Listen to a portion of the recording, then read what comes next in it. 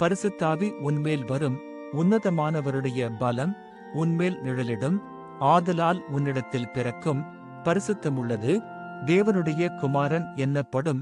பரிசுத்த லூக்கா எழுதின சுவிசேஷம் 1வது அதிகாரம் 35வது வசனம்.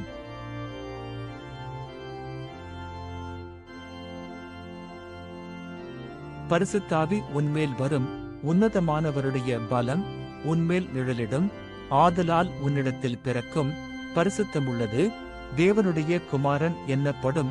பரிசுத்த லூக்கா எழுதின சுவிசேஷம் 1வது அதிகாரம் 35வது வசனம்.